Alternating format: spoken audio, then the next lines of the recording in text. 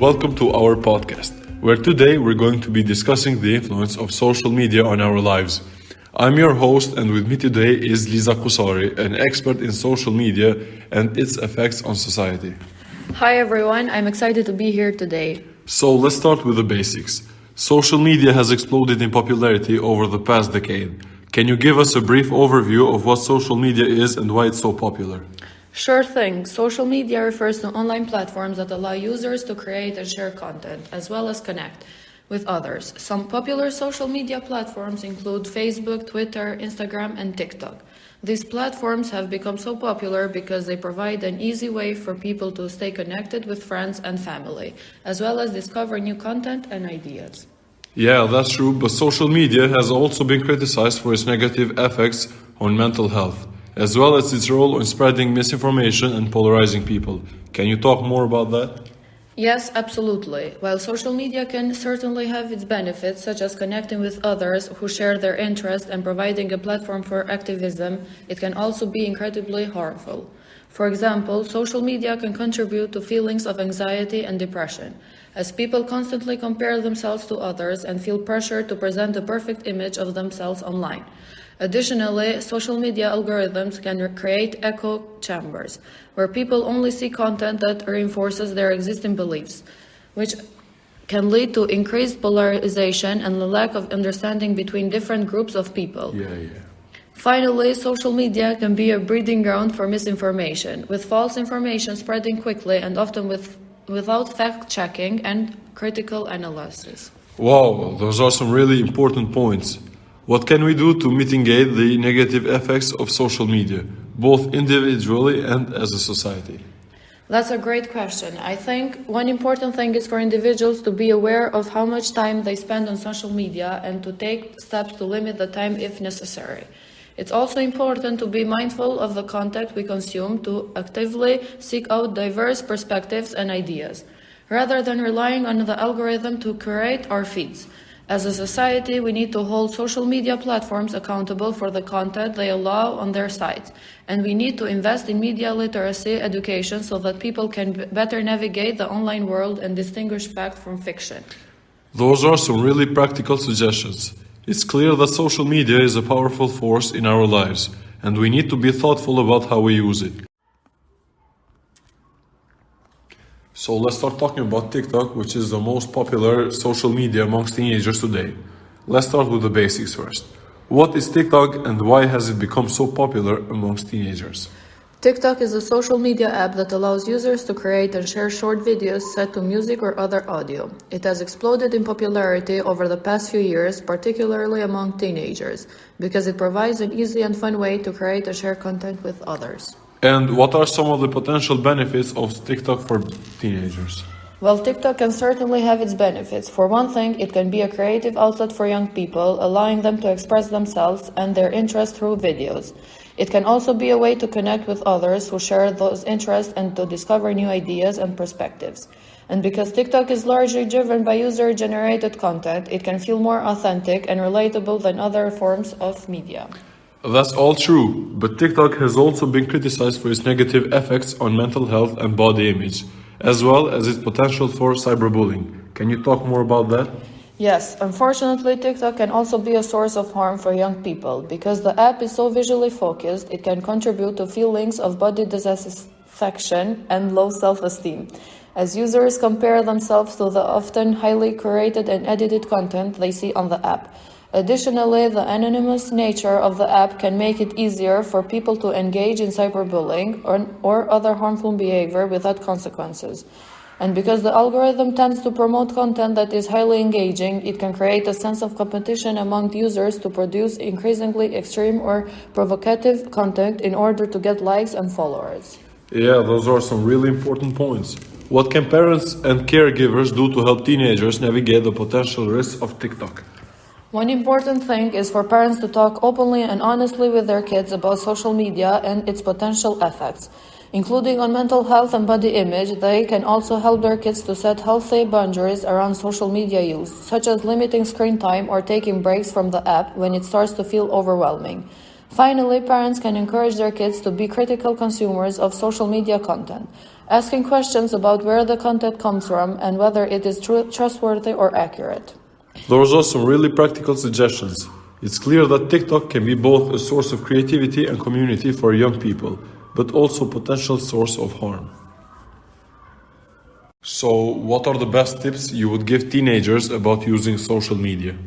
Well, first and foremost, it's important for teenagers to remember that social media is not real life. The images and the stories that they can see on social media often present a highly curated and edited version of reality, which can be very different from the messy, complicated, and authentic experiences of everyday life.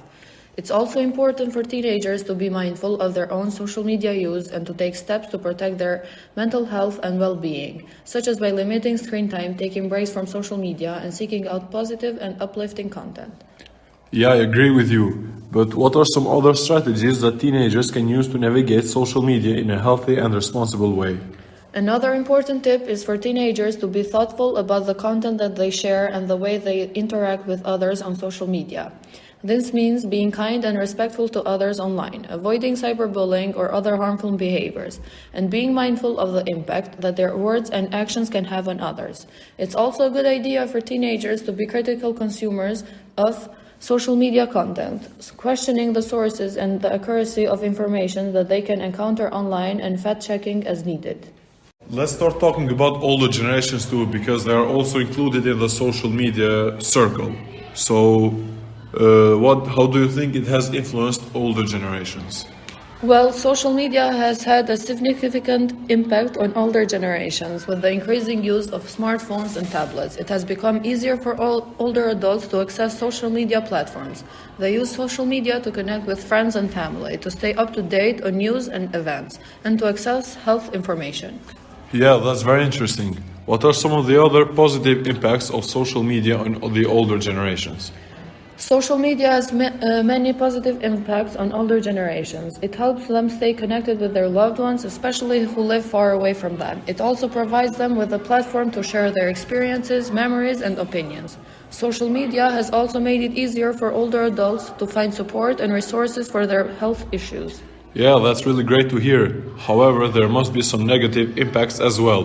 What are some of the challenges faced by older adults on social media? Yes, there are some challenges faced by older adults on social media. One of the main challenges is the risk of falling victims to scams and frauds. Older adults are often targeted by scammers who take advantage of their lack of familiarity with social media. Additionally, social media can sometimes exacerbate feelings of loneliness and isolation among older adults, especially if they are not able to navigate it easily. Those are certainly some very important issues. How can we address these challenges and ensure that older adults can benefit from social media without facing these challenges?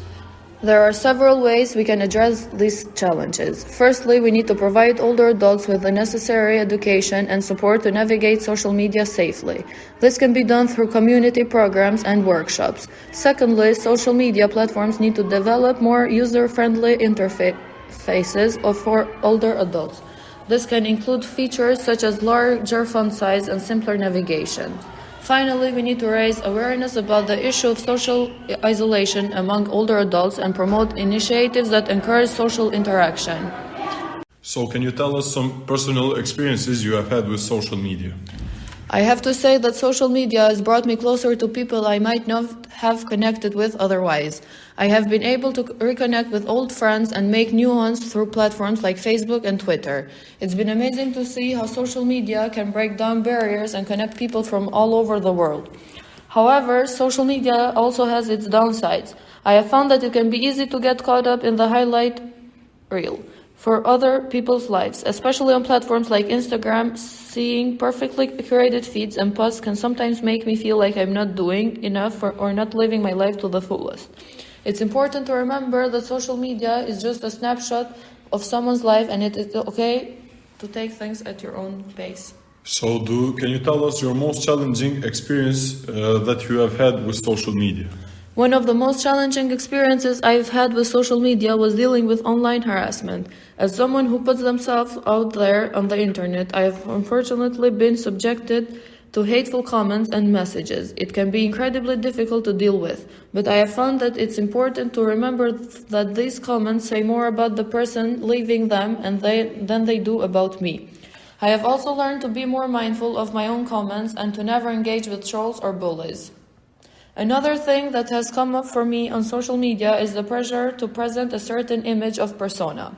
Whether it's for personal or professional reasons, there can be a temptation to only share the best parts of our lives and hide the rest. I have found that this can lead to feelings of inauthenticity and disconnection. It's important to remember that it's okay to be vulnerable and share our struggles as well as our triumphs. So to end this podcast, can you talk us about the mental health? How has your mental health been with social media? I have to talk about the impact that the social media has had on my mental health. So, it's no secret that social media can be addictive and can lead to feelings of anxiety and depression. I have had to be mindful of my own social media use and take breaks when necessary. I have also found it helpful to curate my feeds to include only accounts that inspire me and uplift me. Overall, my experience with social media have been both positive and negative. It's a powerful tool that has the potential to connect us and bring us closer together, but it can also cause stress and negativity. The key is to be mindful of our own social use and to remember that it's just one part of our lives. So guys, here we are calling the end of our podcast, where we have had our expert Liza Kusori talk about social media effects on the younger generations and the older ones. Thank you for having me. It has been a pleasure to talk about this topic. I hope you have enjoyed it and have a nice day.